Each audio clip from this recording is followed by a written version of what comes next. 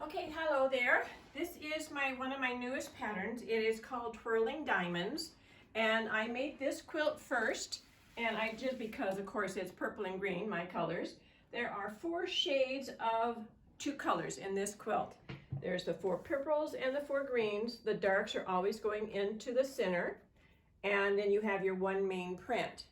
As I was making this, the girls said, oh, you should do this in Christmas fabrics.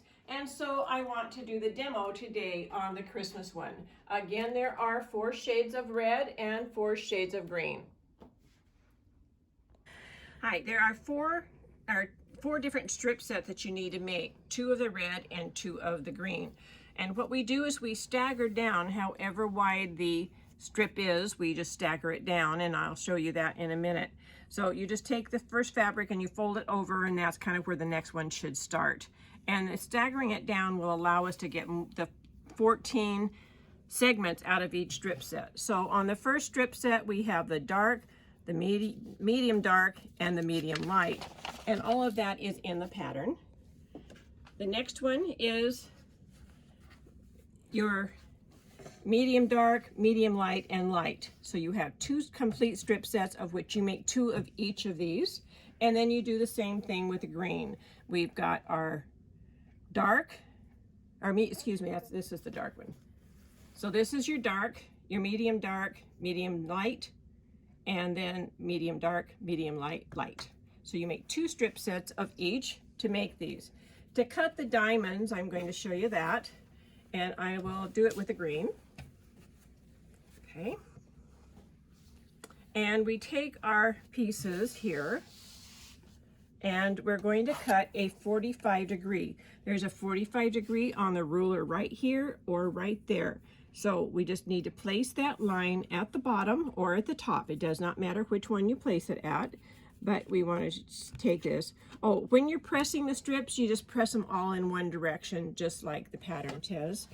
Then we're going to take and we're going to cut our first cut right here with our 40, whoops, moved it. With our 45 at the bottom, we're going to cut. It is very important that when we cut these, you can also put the 45 on a seam, and that's what I'm going to do here so I can get all the way up. And so I'm going to hold this down, I'm going to cut, and then I'm going to be able to cut one more before I have to clean up that 45. Can put it on the seam here. And see, I can't get my seam even here to there, so I am going to clean this up now. So it's very important that you keep the 45 on one and then we cut. But you want to clean up that 45 because that times many times is going to give you a much different shaped diamond than what we want. So now I'm going to go ahead and put the 45 there, which is nice and even there, and we can cut. And so if you do that all the way across, every 2 cuts is what I tell you to clean up that 45 degree angle. Now I'm going to get my other set of green, and I'm going to do the same thing with it. So I always put the darkest color at the bottom. You don't have to, but that's what I prefer to do. And then I'm going to take my ruler again, and I'm going to clean up that bottom. Put the 45 on the bottom here, and I'm going to clean up my angle, bring that over just a tad. Okay, there's our trash. And now I'm going to bring my 45 up to the seam, and I'm going to cut my 2-inch segment. These are reading from the side of the ruler over 2 inches, not 2 inches this way, but from the side of the ruler, so my 2-inch mark is right there. And so I'm going to cut that. And I'm going to do one more to show you. Oops, 45 on the seam there. And see, this one I do not need to trim up. It's even there. But now next time I will put my 45 down at the bottom, and just to show you that it does get off. And there's nothing that you're doing wrong. It's all in the pressing. It's all in the bias edges. As long as you keep cleaning up that 45 degree angle, all of your segments should come out right. So now I'm going to take my segments, let me place these out of the way, and I'm going to take and I'm going to show you how to sew the diamonds together. So we lay them out like this. So dark, medium, light, light. You do not want to do this. You want to keep it like this, so your dark and your lights are at the top and bottom. And we're going to bring this one on top of this one, and we are going to bring it down so that where it will come through at 1/4 of an inch right there, and it will hang over the 1/4 of an inch down at the bottom. If it doesn't hang over 1/4 of an inch, you just kind of give it a little bit of a tug. All of these edges are biased and they will work together. So what I'm going to do is I'm going to take and I'm going to put my pin in at 1/4 of an inch there. I'm going to line it up to where it would be at 1/4 of an inch there. And I'm going to then pin that. If you can't eyeball the 1/4 of an inch, mark it with a ruler. You can just take any ruler, place it on here, and I'll show you here. We'll just grab a marking tool. And so you can then just mark that right there and put a little dot right on the seam. You could turn it over, put a little dot right on the seam here. And you can do that in the beginning if you can't, if you don't want to know, if you don't know where the 1/4 inch is. Put that back. And now I'll put a pin through that dot there. And it should line up over here to the dot on that side right there. You can see there's a little bit of a bias there, or a little bit of a fullness there. And if you have too much fullness, you can put it, take the steam of the iron and it will just shrink that right back to where it's supposed to be. It's all a bias edge. And now we're coming out also again at the bottom at 1/4 of an inch. So we're just going to sew this right from here to here. Okay, I wanted to point out how the pattern looked so that when you get the pattern, you won't be so confused. I've also done this in 2 sizes. There's a lap and the queen. But see the 2 pieces here? You've got your darkest, your medium dark, and your medium light there, and then the other piece here. Where my arrow is pointing is where you want those to line up.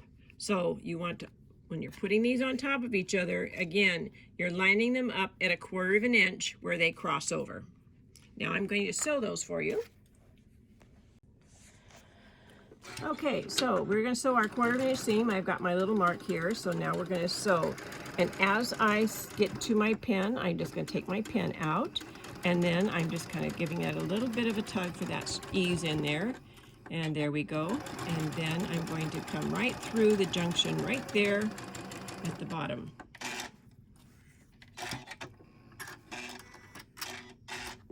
Now, if I marked it right, these 2 should line up right there, and these 2 should line up right there. And so now we're going to press this, and I'm just going to press it to the dark.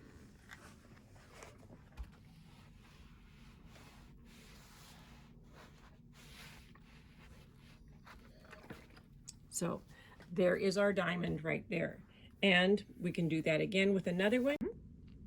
Okay, I've sewn my diamonds, and I like to trim off these little tails here, so I just don't like them being in the way.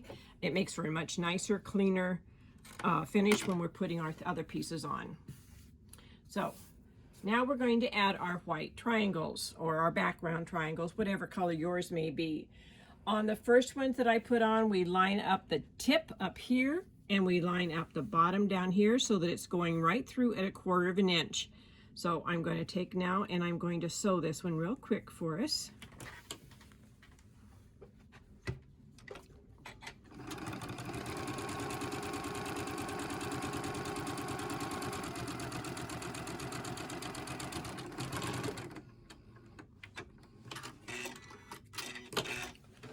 On this one here, this one is I picked one color so that the diamonds are going to be pressed inward, and one color where they're going to be pressed outward. It doesn't matter which one is which, but it really does make a difference when you're putting them together, as I'll show when I get this other one put together. So I'm going to go ahead and finish putting the triangles on this one, and then we'll be right with you. Okay, so I've got all the diamonds sewn together for my block, and I've got 2 red ones and 2 green ones. And so now we're going to start putting it together. This is a half seam construction.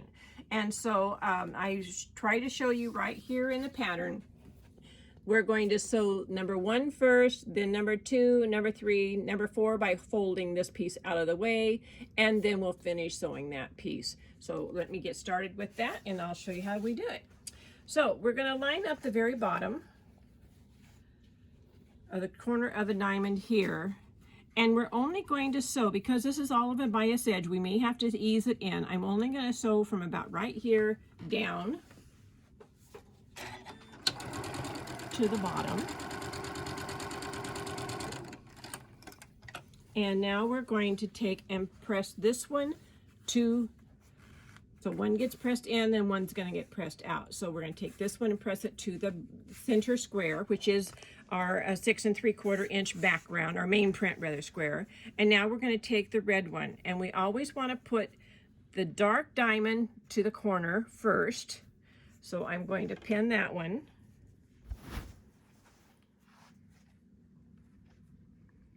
My helper. And then this one here is going to line up at the top. And then these two seams, because of how we press these diamonds, these two seams are going to butt into each other there. And so that's really helps makes a nice junction when we get through with this. And then I can just now sew all the way down. So this time I'll sew all the way down.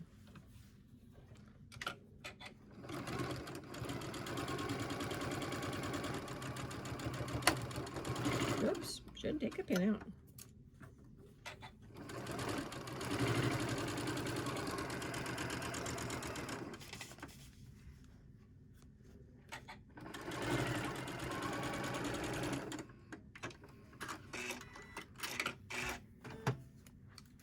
And now this one I'm going to press out, but see, we get a nice junction right there where those two cross over.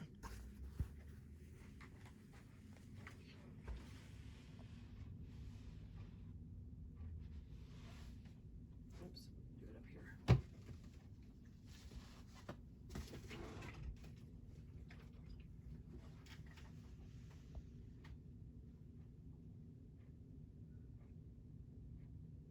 There's a squirrel.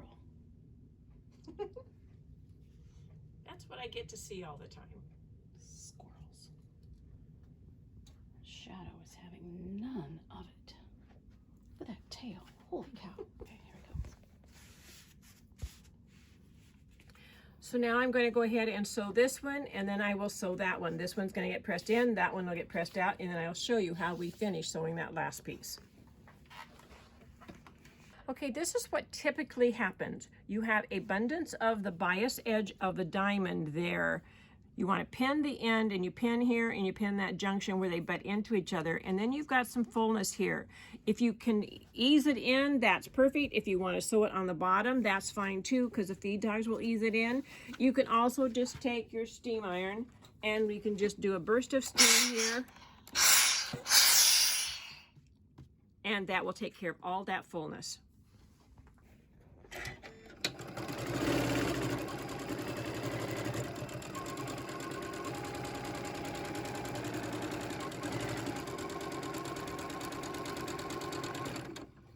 Okay, so now press this one over to the diamond, and then I take this one and I will line it up at the top and then ease it in and sew it on. So let me press this one.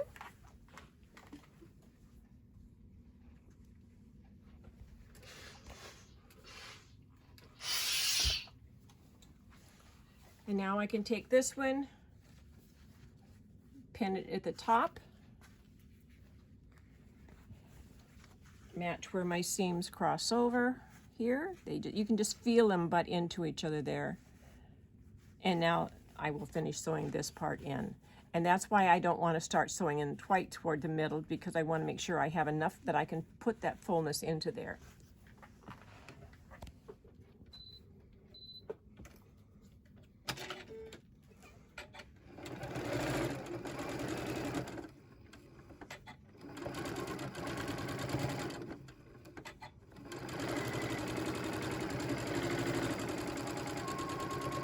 Just overlap the stitches a few, and voila, we now have our block. I'll press that seam inward, and your blocks are all made. What's really nice about when you put the blocks together in the quilt, even do it on this one, the bias edges of your block are mostly controlled by the straight edges of the background, and then again the straight edges of the background against the bias edges of the diamond. So it really does correct itself. You get a little bit of fullness out here, but when you put the blocks together into rows, that really kind of takes and compensated. Steam is your friend on this project, and it really does go together nicely. I hope you have fun with it. Thank you.